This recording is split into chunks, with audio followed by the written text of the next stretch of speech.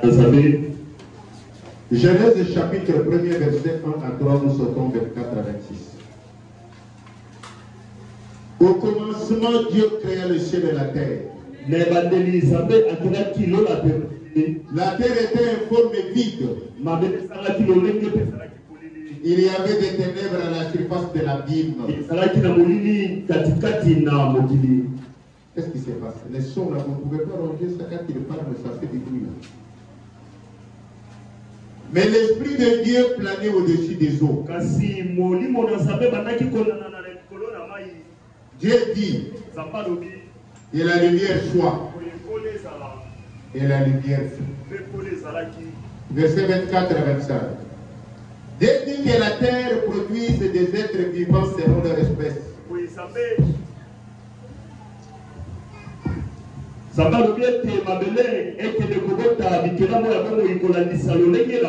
Des bétails, des reptiles, des animaux terrestres, chacun selon son espèce, et il a fait ainsi. Dieu fit les animaux de la terre selon leur espèce, le bétail selon son espèce, et tous les reptiles du sol selon leur espèce. Dieu vit que cela était bon. Dieu dit, faisons l'homme à notre image selon notre ressemblance.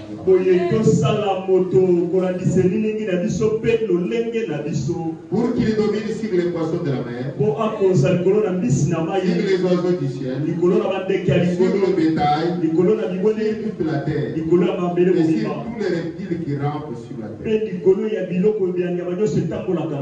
Genèse 3, verset 7.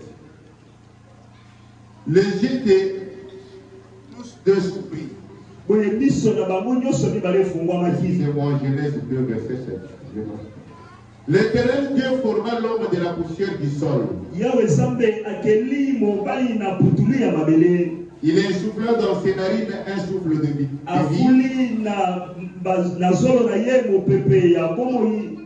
Et l'homme devint un être vivant.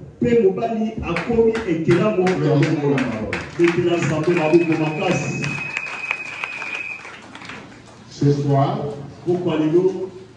notre sous-thème est d'où vient le travail et pourquoi. Parce que tu peux te demander, nous parlons du travail, il nous parle maintenant de la création. D'où vient le travail et pourquoi. Avant toute chose, définissons le travail, c'est quoi? Les scientifiques disent le travail, c'est force ou un déplacement. Bon, le travail, c'est le nombre de fois que vous utilisez vos membres avec force.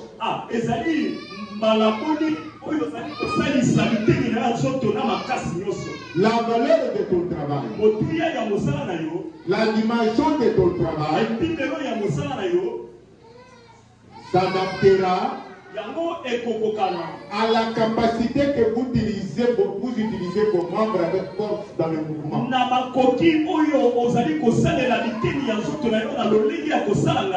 Si tu fais comme ça, ton travail sera aussi. Mais si tu fais comme ça, ton travail ira de la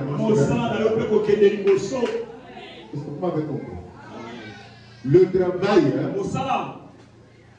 c'est l'utilisation de tes membres. En y adaptant, en y associant une force de ton énergie. C'est comme ça qu'on a défini le travail.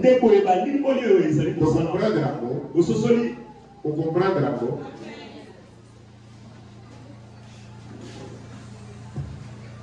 Donc, si en 2024, tu veux saisir le gain, tu es obligé d'utiliser ta force en faisant bouger tes membres pour produire un résultat. Si tu n'utilises pas ta force en associant tes membres en mouvement, tu prieras de 6h à 5h du matin, tu n'auras rien. Parce que même pour la manne tombée du ciel,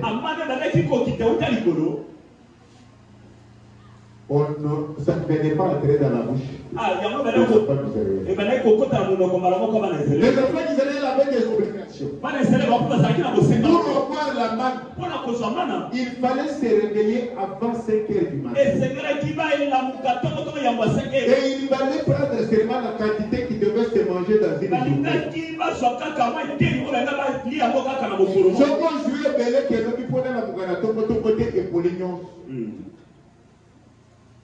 Il n'y avait que les jours de sabbat où on pouvait faire des réserves. Lundi, mardi, mercredi, jeudi, vendredi, samedi. Tu te réveilles avant 5 heures. Tu prends la quantité que vous devez manger la journée là et ça se termine. Pour que demain à 5 heures tu te réveilles encore, tu vas ramasser. Vous comprenez?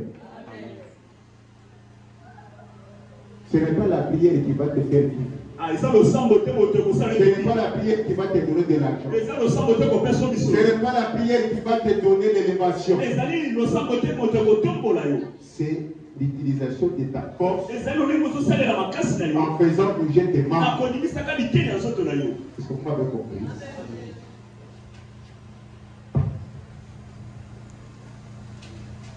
Tout ce qui existe ici-bas a été créé par Dieu. Et Dieu a créé tout en parlant. Dieu dit. Dieu dit. Dieu dit que la lumière soit. À salir rien, à pas dit que la lumière soit. Parce que par exemple, la lumière est là. Qu'il y ait des eaux, ceci. Que la terre se sépare. Vous m'avez compris? Tout ce qui existe a été créé par la parole. Parce que le verbe créer veut dire utiliser sa parole et produire quelque chose. C'est pourquoi il n'y a que Dieu qui crée. Un homme ne peut pas créer. Est-ce que vous comprenez? Créer, c'est parler, donner l'ordre et la chose à faire. Tout ce que nous croyons a été créé par la parole. Dieu a parlé et ceci a existé. Mais lisons Genèse 1, verset 26. Qu'est-ce que ma Bible dit? Dieu dit, faisons l'homme à notre image, selon notre ressemblance, pour qu'il domine sur les poissons de la mer, sur les oiseaux du ciel, sur le bétail, sur toute la terre, et sur tous les reptiles qui rampent sur la terre. Amen. Ici, Dieu ne parle pas seulement, mais il dit, faisons l'homme. Le verbe faire, dans sa sémantique, dans son sens, veut dire faire, c'est utiliser sa force et le mouvement de ses membres pour produire quelque chose. C'est ça? de sorte que je vais me faire. Je fais ceci. Je fais cela. Quand tu dis je fais, c'est-à-dire utilise ta force en faisant bouger soit tes doigts, soit tes mains, soit tes pieds pour produire quelque chose. Vous comprenez? Est-ce que vous m'avez compris? Depuis le début, il parlait. Mais arrivé alors, il dit faisons. C'est-à-dire il utilise la force et le mouvement de ses membres pour produire quelque chose. Et quand il le verra, on explique ce qu'il a fait. Il a pris. Donc, il a pris la poussière de la terre qu'il avait déjà créée, qui existait, qui était dans la nature. Merci Seigneur. Là, ça vient de mettre. Le travail, le véritable travail qui n'est pas de mounial, c'est fait avec ce qui existe. Ce qui est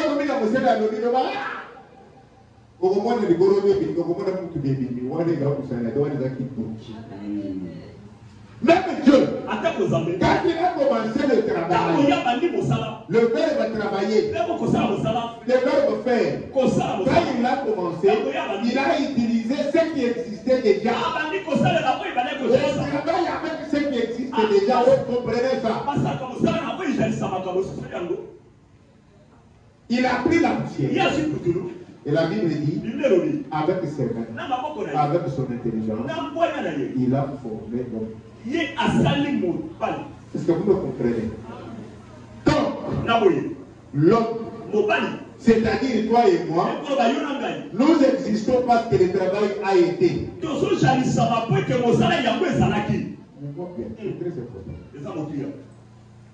Toi et moi, nous existons parce que quelque chose appelé travail a été.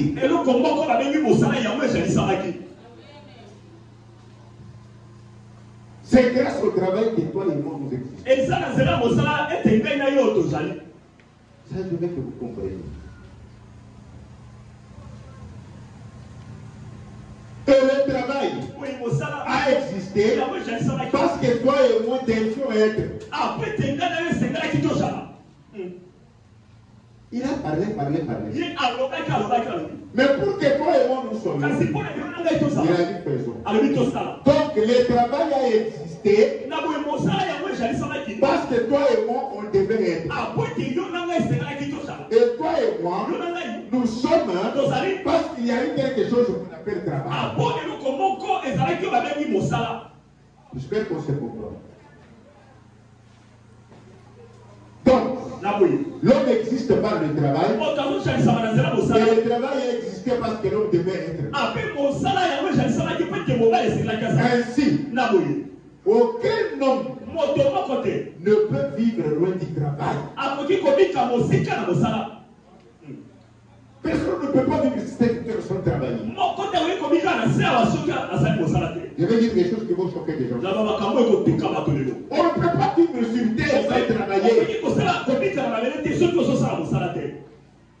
On se réduit au rang des animaux.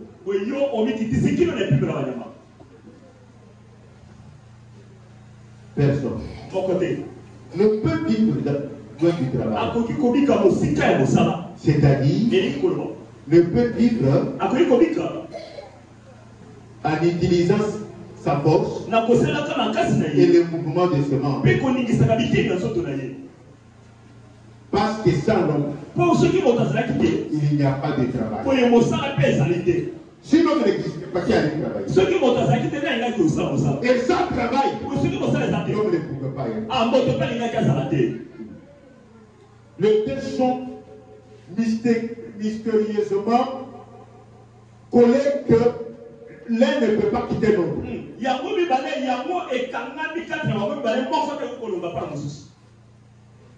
Pour que l'homme soit, il faut du travail. Et si on peut parler du travail, il faut que l'homme. Dieu nous a créés à son image. Or, lui, Dieu a travaillé. Donc, nous aussi nous devons comme lui travailler. Si tu es créé à ton image, préviens que les commencements de quoi Dieu a travaillé.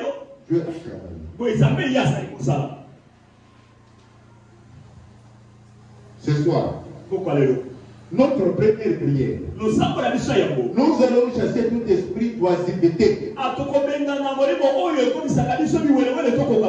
emprisonne plusieurs personnes.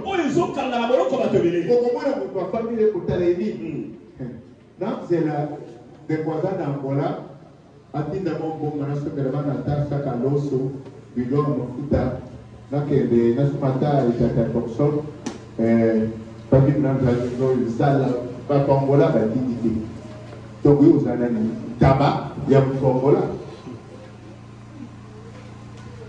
Amen. Amen. Un homme ne peut pas vivre sans travailler. Nous allons prier pour tous les goïgones.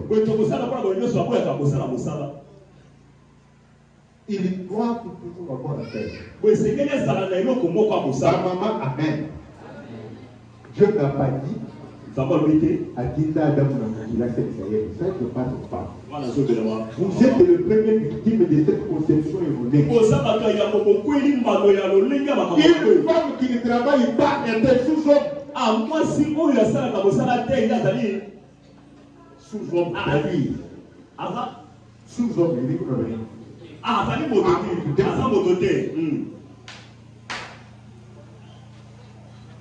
On va dire, mais, papa n'a pas demandé des questions. Il dit du bon côté. Bon côté. Vous avez créé par exemple, parce que vous devez chose à partir là, et lié au mouvement de la l'utilisation de la force. Soit libre. Vous allez comprendre aussi. Les autres au samedi là, pendant qu'on est dans le mouvement de dépendance, vite d'ailleurs, il faut dépendre de notre société. Habituez-vous à dépendre de vous. Au Bali, tu dépends de ton mari, il est ton chef. Mais vous devez vivre à l'union, lui produire et toi tu produis. C'est la vérité. Ce n'est pas au Fadi. Le rôle de la seule dirigeance ou bien dans l'hôpital. Dans sa bonne il faut mourir après ça. Mais parce que c'était le temps où on a dit que ça va ça fait 2 milliards sous la salle.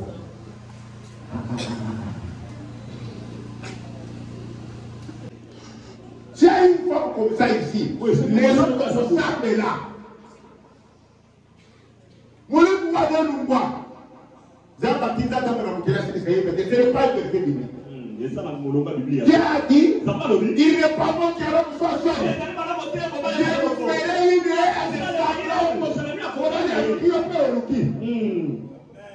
comment il va la vérité?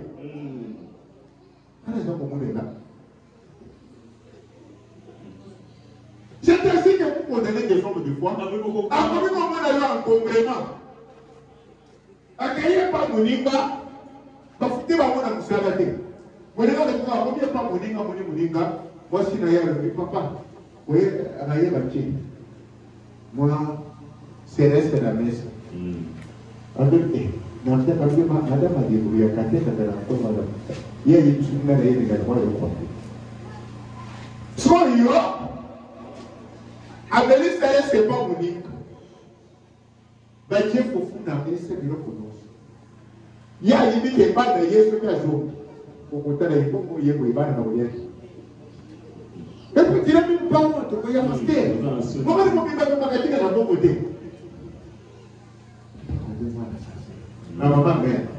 Je parle parce que vous êtes les victimes de ça. S'il y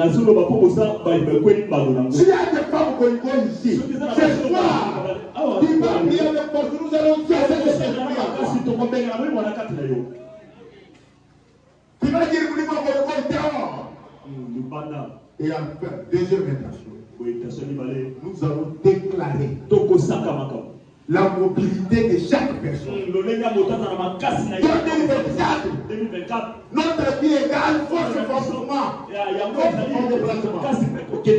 2024, toute notre vie sera force fois déplacement. Oui, c'est quand il fait force fois déplacement. Et c'est lui. Dieu va venir maintenant. Mais quand il fait hier, Romains 12. À 6 heures. Maman,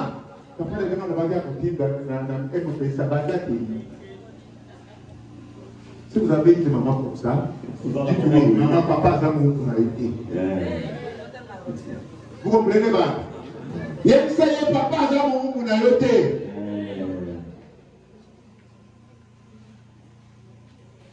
Amen. Vous avez compris nos deux premières présentations.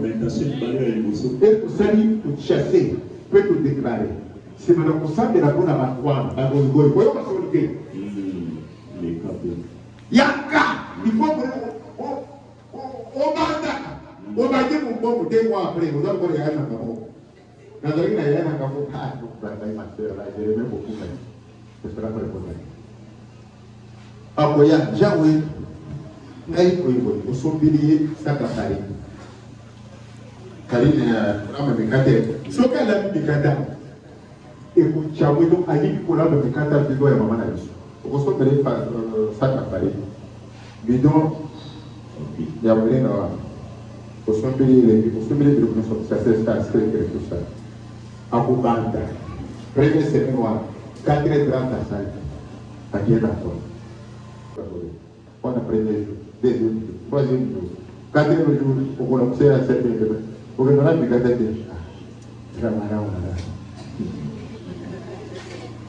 Wana, à chaque village, à son village. Si 6e jour, on va aller à 4e jour. Ah, ok. Ah, vous pouvez nous aider pour avoir un mécanisme. On peut se réunir pour préparer le mécanisme. Mais quand tu vas bien, on va Togo. Deuxième semaine, au lieu où vous avez émission, à quel moment de mon émission, il y a des messagers. À des coups de la beaucoup de farine, moi, dans le maïs, dans le sucre. Et c'est ça le travail. Hein? Vous savez pourquoi il faisait ça? Il a payé la chance d'avoir un mari, il faisait tailleur lié, mécanicien lié, électricien lié. Alors l'homme faisait tout. Elle était à la maison seulement pour faire la beauté, manger et boire. Et malheureusement pour elle, le monsieur est parti chez le Seigneur. C'est quand même pour vous. J'ai envoyé pour lui. Voilà. Amen. J'ai envoyé pour lui quand tu reçois là-haut. Parce que finalement c'est quoi? On va décider, Natiki. C'est ce que je veux dire. Les gens qui ont un peu pour ça, le col va venir, le col qui s'est fait bon. Comment on a souffert le monde? Si tu es comme ça, c'est comme ça. C'est ce qu'on doit te dire. Pourquoi aller au sang? C'est satanique. Amen. Papa, tu ne peux pas voir honte. Papa, le tout monde les gens me dit, nous on a vu nous à la France, on a dit à la cantina, nous on a demandé à votre Féléa, un homme doit manger par la sueur de son front. Il doit gérer sa vie par la sueur de son front. Un homme ne peut pas vivre sans travail. Le travail est collé à l'homme. L'origine du travail, c'est la création de l'homme. Et le travail existait parce que l'homme devait être créé. Sans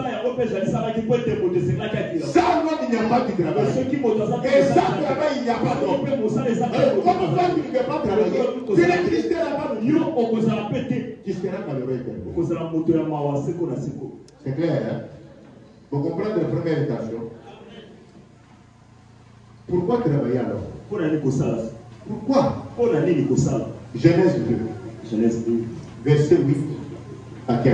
Lisons la parole de Dieu. Puis l'Éternel Dieu planta un. Voilà, regardez, parce que si je veux prêcher quelque chose de très important. Genèse 2, 8 à 15. Puis l'Éternel planta un jardin d'Éden du côté de l'Orient. Et il mit l'homme qu'il avait formé.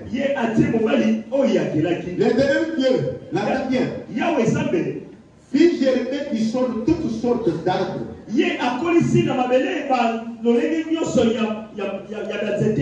D'aspect agréable et bon à manger. Ainsi que l'arbre de la vie au milieu du jardin.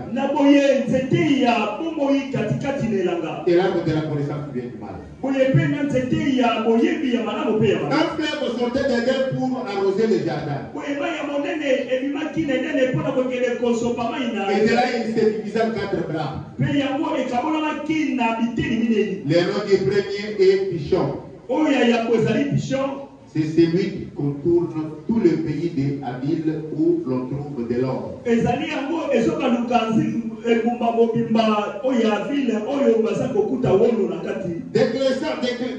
D'excellentes qualités ainsi que de bénignon et la pierre d'oxyde.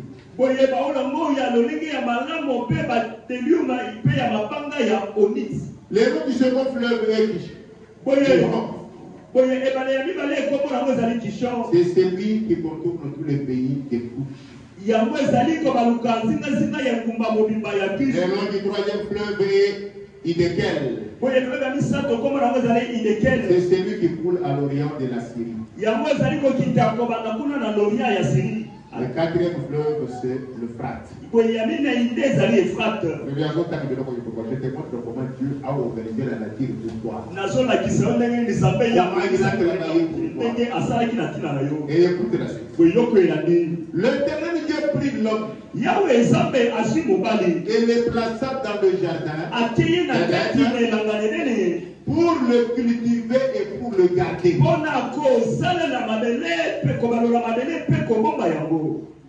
L'Éternel, après avoir fait toute cette belle nature avec tout ce qu'il y a là,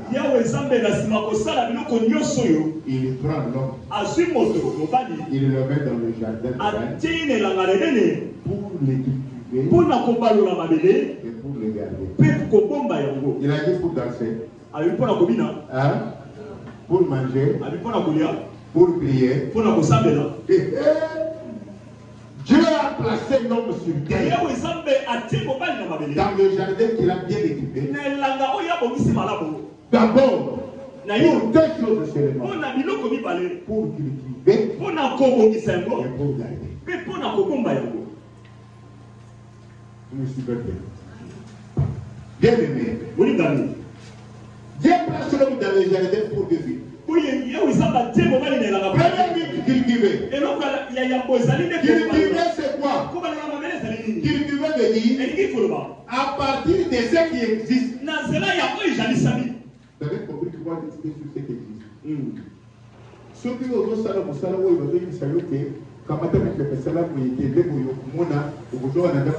ce n'est pas travailler. Le travail se fait à partir de ce qui existe. Cultiver, c'est à partir de ce qui existe. Que la nature que Dieu a mis devant toi te présente. C'est que la nature t'offre.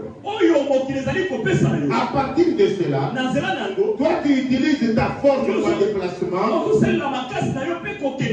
pour en multiplier. C'est ça que à partir de ce qui existe, tu prends les arachides, hein? Tu prends les haricots, tu prends le maïs, tu utilises ta force avec le mouvement de tes jambes et tes mains. Pourquoi?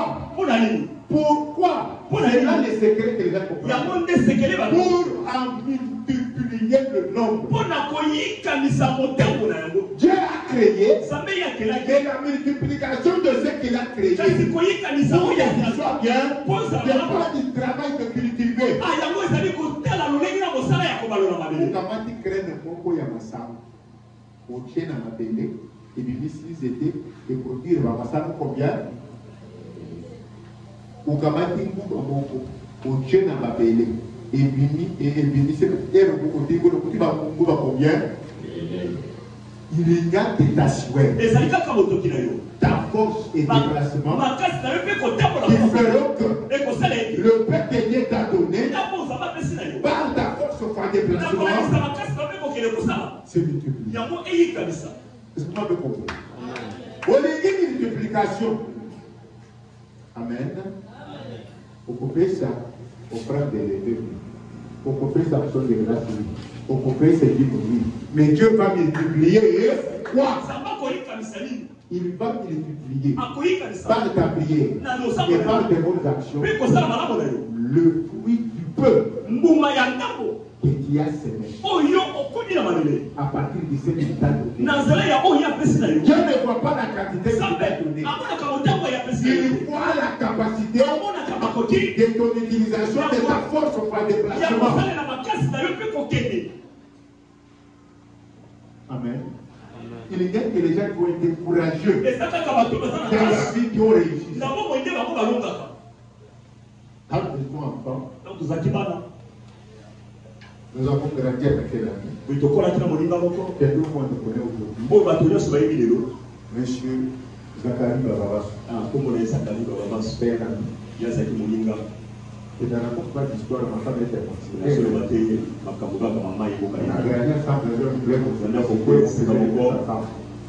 Mais ce garçon était courageux depuis la France. Il n'avait pas la situation que nous on avait. Nous on vivait chez le grand frère. Lui c'était orphelin en famille militaire.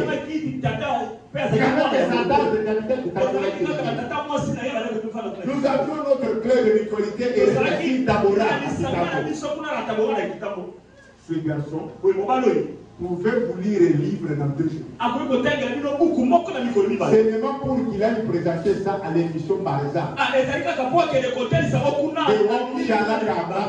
la RDC. Vous connaissez Wamouchalaka? Barza, l'émission Barza. Moi, je suis régulièrement dans Wamouchalaka pour ça, la livre. Dans le pantalon qui dit que c'est quoi?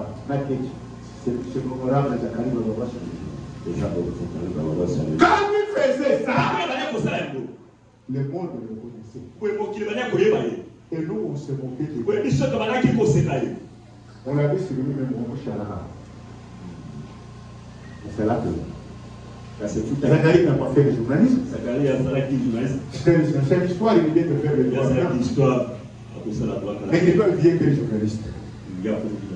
Force pas de place. Utilisé avec des dirigeants.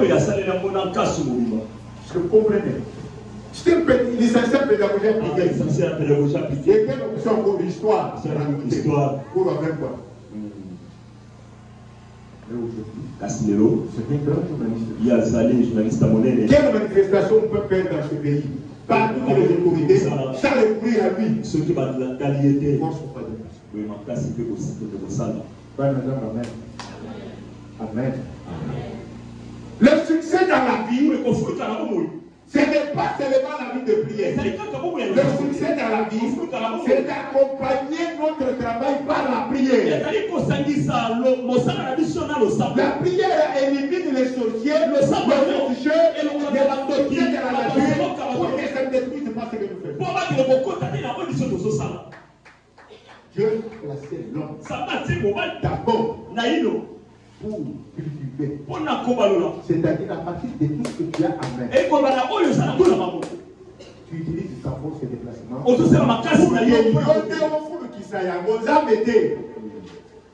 Ce qui appelle Shoma Mouba, on est nous sur Silici. Vous comprenez, hein? On est pas tembélé au Kwapi, parce qu'il est pour la Nambo. Mais ce qui est au lot, il y a des gens qui savent tembélé dans la ciment. Sinon, au côté de la Soméga, maman, on peut aller à maman. Vous avez la solide, vous avez la solide. C'est madame Mayo, ma belle Zadi. Hein? Ma belle Zadi. Est-ce que vous m'avez compris? Dieu a placé l'homme pour cultiver. Et je vous ai dit que c'est cultiver, c'est quoi? Voilà pourquoi j'ai placé chacun là où il est.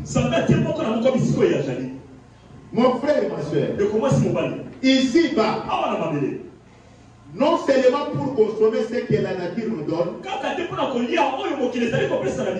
ce que l'homme naturel nous offre. Ne sois pas là seulement pour consommer ce que la nature te donne ou que X, Y te donne. Toi, ton travail, c'est consommer ce que ou Dieu ne t'a pas créé pour ça. Il ne t'a pas placé sur terre pour ça. Dieu t'a placé pour que tout ce que la nature te donne, tout ce que X, Y te donne, tu te poses la question, je vois qu'il vivait ça comment. C'est-à-dire, qu'est-ce que je peux faire afin que ma force de mes membres pour que cette histoire, ça ne reste pas seulement un, mais ça soit beaucoup. Par rapport aux talents.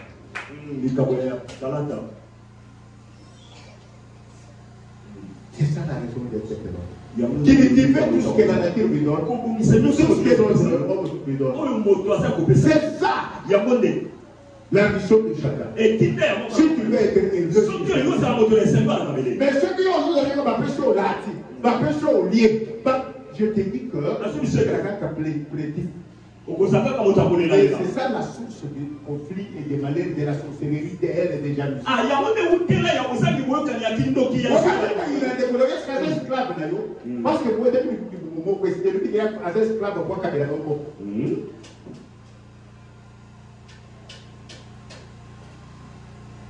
chacun, on dirait tu ne mangeras pas la chemin de ton frère. On ne dira pas vous mangerez pas la chemin de vos frères, de frères et sœurs. Arrêtez les péchés. C'est satanique.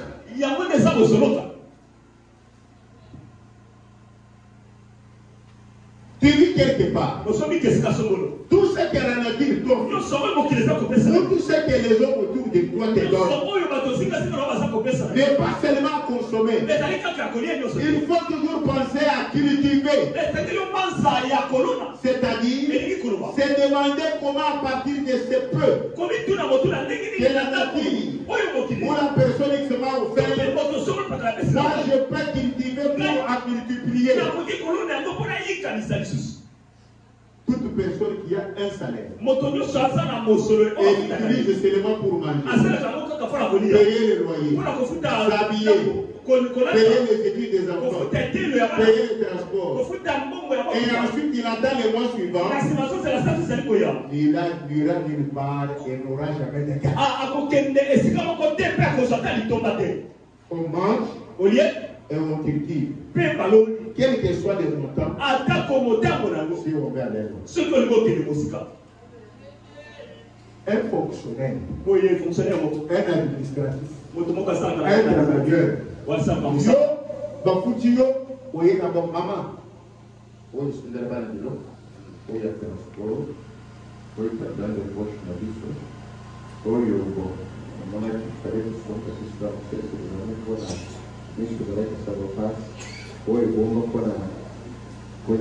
chaque jour. C'est vrai, vous savez, il faut pas les mêmes temps, parce que sur les vaccins, comment les faire. Les Oulama, au cours de Bola, autant qu'ils s'en va de tête, au cours de Bambou tête, au cours de la tête, au cours de la Kamatongi, là vous qualifiez par tout à ici, à 5 points, parce que tu es bon. Une personne normale ne peut pas vivre comme ça. Quel que soit le salaire qu'on te paye, quel que soit le salaire qu'on te paye, à ton niveau, fabrique quelque chose. Le téléphone n'a pas $20 les années. Aujourd'hui, le téléphone avec $20 a créé un vie. Le téléphone n'a pas $20. Android, Android, $25. $15, mais Amen. Mais on faut la famille d'Android et $25. Mais yo, tu n'as jamais comme ça. Yo, et après, tu dis ça, tu sais, t'as pas comme ça les billes, qu'est-ce que tu dis? Parce que Dieu t'a placé pour tu te sembles à tout le monde au salon. Qu'est-ce que tu veux expliquer? dans ton salaire. Leur salaire, on ne le couvre pas. Papa, maman, même si ces salaires c'est 200 000 francs, arrange-toi à trouver une activité. On dit ça, 20 000 ou 30 000.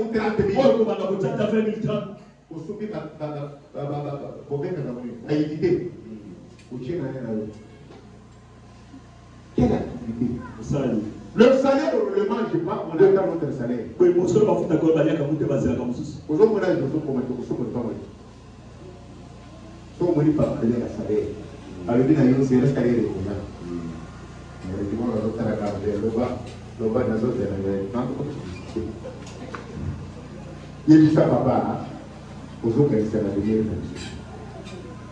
Amen. Il faut chaque famille et quand moi activité à taille en quelle au lieu de cœur et beaucoup plus mélangaï à tant beaucoup de sauver la moine l'esprit de 150 ce n'est pas bien, ma foutie n'a fait comment.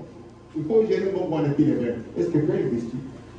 Est-ce que ça est une personne qui vit comme ça, c'est qui ne veut pas. Un homme normal, une femme normale, qui dira quelque chose.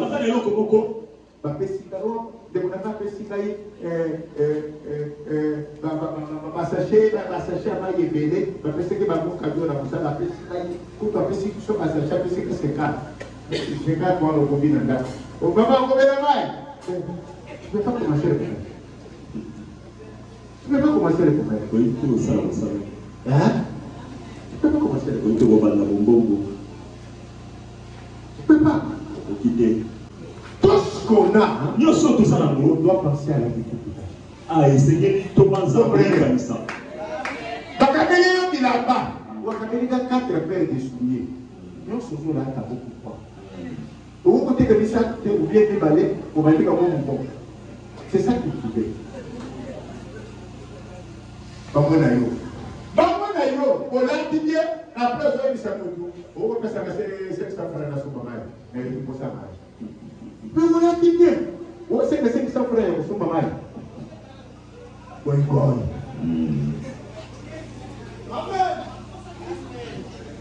Est-ce que vous me suivez? Que le Québec, c'est ça le premier travail. Il y a peut-être au salaire pour. Bon, il est bon, et pour ça, parce que les gens pour la police va te voir là. Ce qu'on prie nous là, à tout cas, il va s'en. Ça ne passe pas dans les gens. Quand nous marchons avec eux, vous avez un manteau comme il va. N'a pas comme il va. Vous avez dit papa, excusez-moi, je ne te pas. La personne. La personne. Je te dis, va travailler. Va travailler aux autres pour vous. Sauf qu'on est et puis, les bâtons de la moi, si vous posez la question, on est dans bébé pour côté station. Première fois, la question. Troisième fois, la sacaille, mais maman, je vais passer la question. C'est maintenant la question. Yo, moi, non, il y avait la caca. Moi, non, il y avait la caca. C'est pas normal. Vous encouragez les fainéantistes, c'est un péché. Acceptez passivement un système injuste de se collaborer avec ce système. C'est lui qui le fait, c'est lui qui encourage tous ces deux sortes de péchés. Moi, je peux vous dire,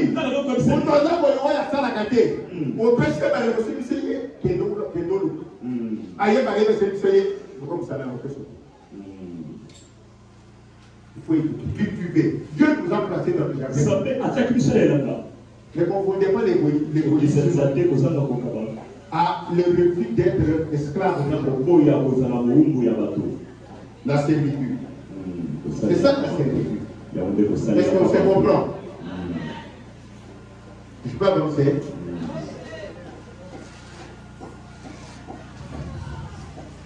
Bien aimé. Pour la deuxième raison pour nous placer ce guerre, c'est pour garder. Pour faire quoi? Garder, c'est bien gérer. Bien protéger. Ce qui est à ta disposition. Pour le bien de tous. et de toi-même. Quand tu critiques tout ce que la nature a mis devant toi, tu auras des bénéfices. Ce que nous appelons gain.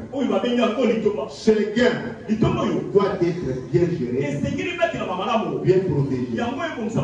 Non pas seulement pour ton bonheur, mais pour aussi et surtout pour le bonheur du milieu où tu vis.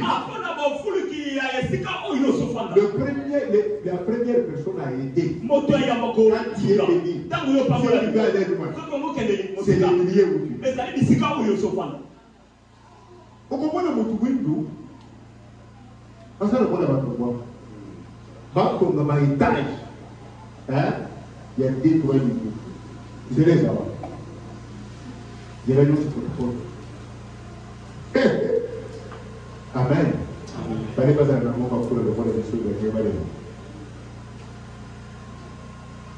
Bien aimé. Le premier, quand tu es béni, tu as des bénéfices. Sécurise le milieu. C'est ce que ça va. Entretien milieu. Parce que le premier adversaire il a pour détruire le bénéfice, c'est les milieu. Ceux qui milieu, les amabés, vous allez détruire. Si tu n'es pas bien avec les gens, c'est à partir de ces gens que tu seras mal. Et que tu vas les quitter. Et venez me couiller pour l'air. Au futur, ça va comme un là-bas. Il y en a pas. Pour les là-bas, ce n'est pas encourager les meilleurs. Ce qui doit être bien géré pour le bonheur du lieu. Pour le bonheur de ceux autour de toi. Et pour ton bonheur toi-même. C'est alors que tu iras de succès en succès. Ce n'est pas que critique. Tu as les gains. Allez, après Satan a dit. Après Satan a dit. Tu as les gains. Il faut au là t'abandonner. On a tes confessions. On n'investit pas pour soi. On investit pour soi, pour les enfants et pour les petits. Quel honneur tu auras pour vivre au là bien. Ou les bien, mais va dans le temps papa n'a pas gardez. C'est bien géré le gain. Ce soir, nous allons déraciner tout esprit de dépenses désordonnées. Tout esprit de dépenses pour les banques. Maman, papa, il est un bon pays pour son fils.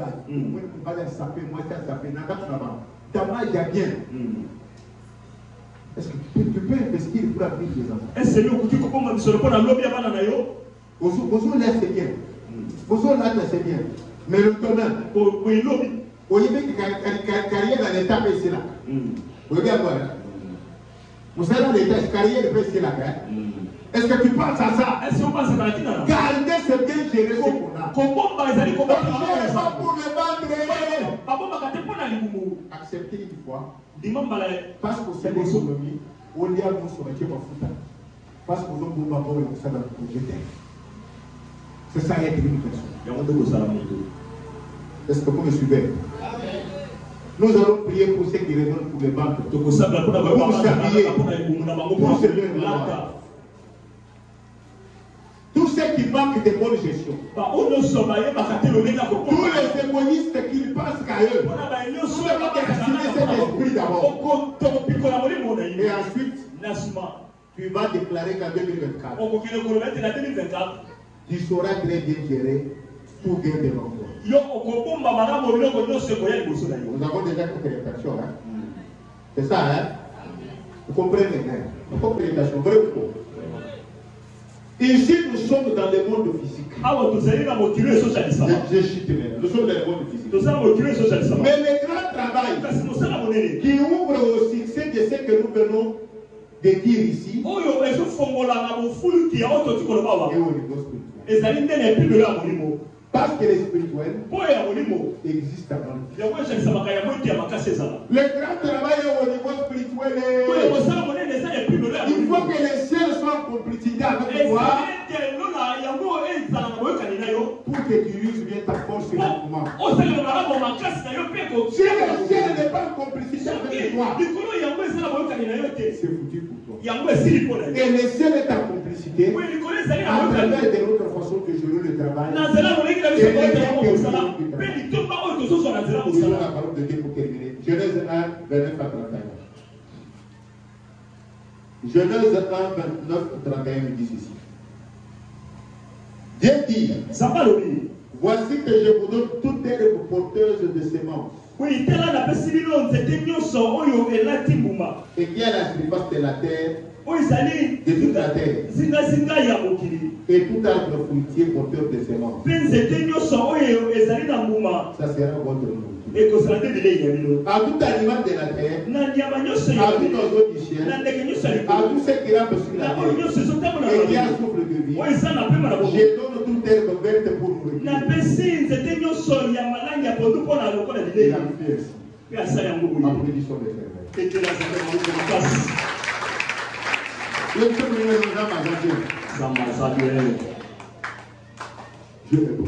Je viens de m'écouter ce qui se passe ici. Aux animaux, Dieu donne des herbes vertes qui n'ont pas de semences comme nourriture. Pourquoi? Parce que les animaux ne sont pas obligés de donner. C'est Dieu lui-même qui s'occupe de multiplier ces herbes sans semences pour les oiseaux et les animaux mangent. Parce qu'à la création, et les animaux et les oiseaux, et nous, on mangeait des herbes. C'est après Noé que Dieu a permis à l'homme de manger la viande. Mais à la création, Dieu donne aux animaux,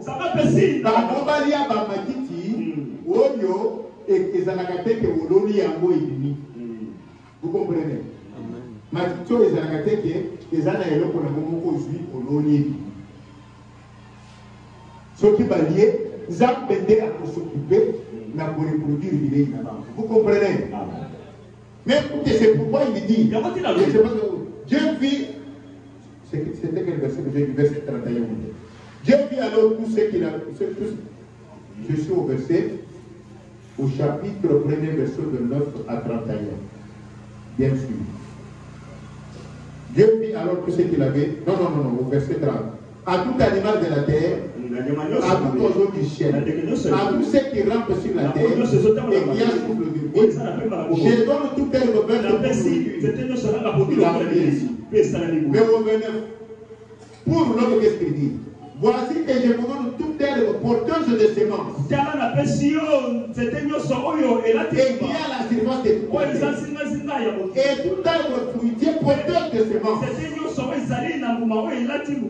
C'est ça votre nom. Vous avez dit quoi? Aux hommes, ils donnent comme nourriture toute herbe portant de semences. Et tout fruit portant de la semence. Donc Dieu, par cette offre, impose à l'homme une chose. Première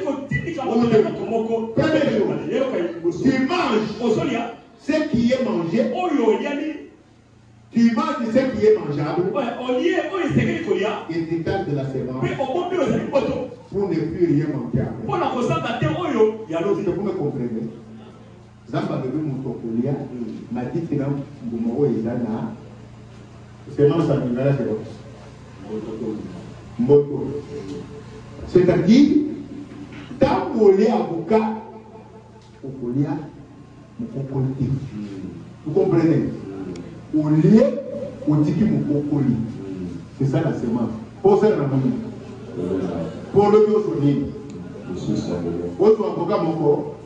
Autre ligne. Autre avocat. Est-ce que vous comprenez?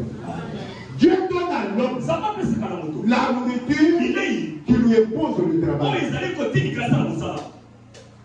C'est pour pourquoi Jésus disait, à chaque question qu'on lui posait, au commencement, il n'était pas. Le livre de la Genèse est la référence par excellence. Dieu a dit à l'homme, quand il mange, quand il boit, respecte la multiplication pour qu'il demain tu manges encore bien. Mais il ne dépend plus de Dieu.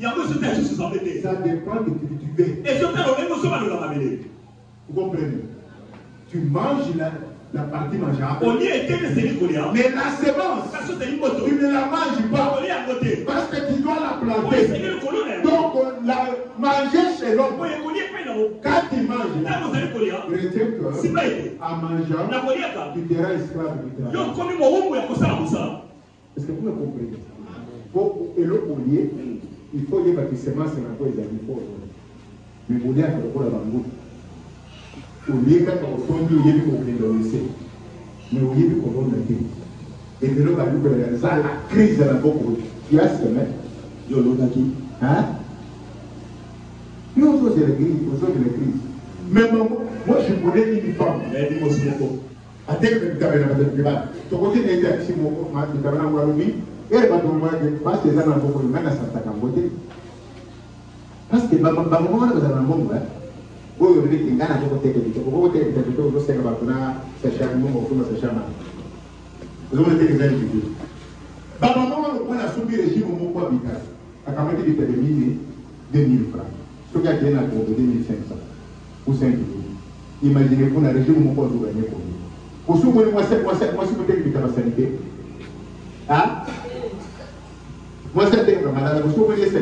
que vous pour le moment, tu fais quoi? Tu vas rappeler ça bien.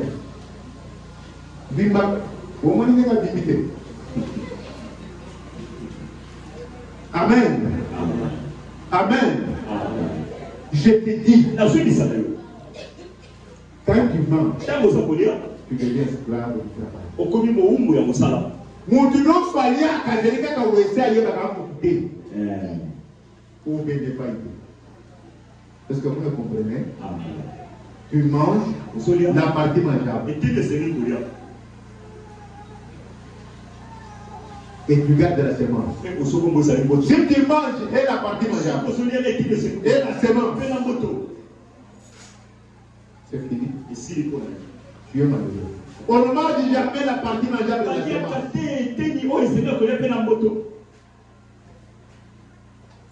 Est-ce que vous me suivez? J'ai dit que les spirituels dévancent les physiques. C'est ici où les spirituels avaient épuisé les personnes à tomber dans la pauvreté, dans la misère, dans le brocard. Souvent ils mangent spirituellement et la bouffe et la semence. J'entre maintenant dans le spirituel. Parce que dans le salon, on y a kana, et des maliaka, na et des moto. Non, je suis allé au lia. Or, je te dis, son lia pour ça. Au sangisina, mon coco de Banicolia. Pour le gagner, non. N'a dit mon salut. Ah? Je sais que beaucoup vous êtes. Vous mangez et la partie mangée. Vous mangez dans le moto. Dieu vous a tout donné. Mais Dieu nous a créé ça. Il ne peut pas nous sauver ça. Pour nous sauver, il faut que l'évangile soit prêché. Vous comprenez ça? Il faut que l'évangile soit prêché. Pour que l'évangile soit prêché, il faut qu'il y ait de l'argent. Est-ce que vous comprenez ça? Vous comprenez ça? Pour qu'on construise cette étape, pour que vous admirez le bon bureau qui est au-dessus, il y a deux fallait qu'il y ait de l'argent. Vous comprenez? C'est pourquoi dans tout ce que Dieu vous a dit, il a dit, il faut essayer toujours comme au début, la partie mangeable, la moto. Mais il y a un lien que na, nous avocat, na mokokoli. Moto c'est quoi? Spirituellement. Qui peut me répondre?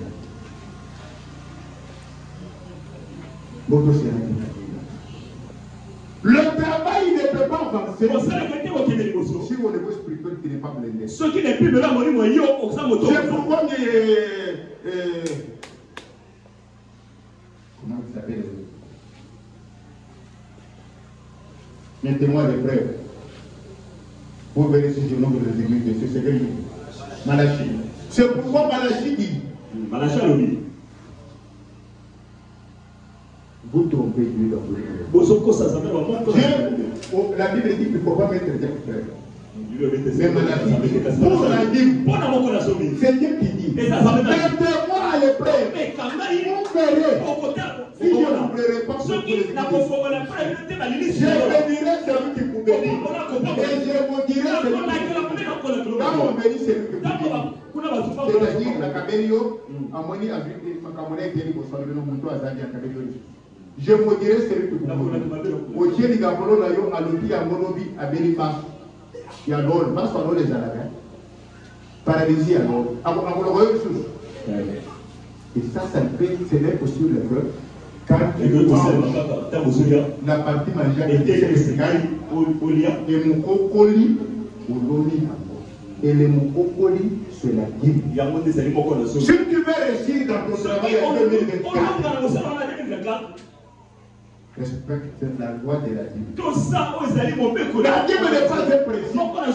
C'est une loi qui a commencé avant Moïse, qui a commencé avant Jésus. La dîme n'est pas la loi comme les lois de Moïse.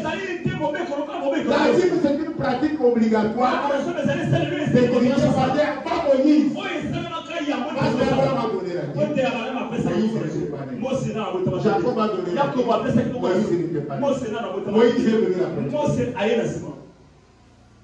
La dîme. Quand tu sèmes la dîme, c'est fini. Yo télé les âmes. Et le avocat. Et vous me dites, vous avez un limité. Au lieu de vous dire que vous avez un moyen de gagner les autres, vous avez un cas. Ce que vous voulez, vous avez des choses. Mais c'est ce que vous avez. Vous avez dit que vous avez un frère.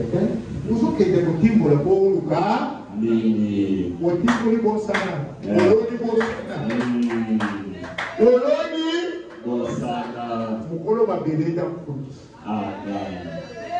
est-ce que vous m'avez compris? Un travail. Oui, pour ça.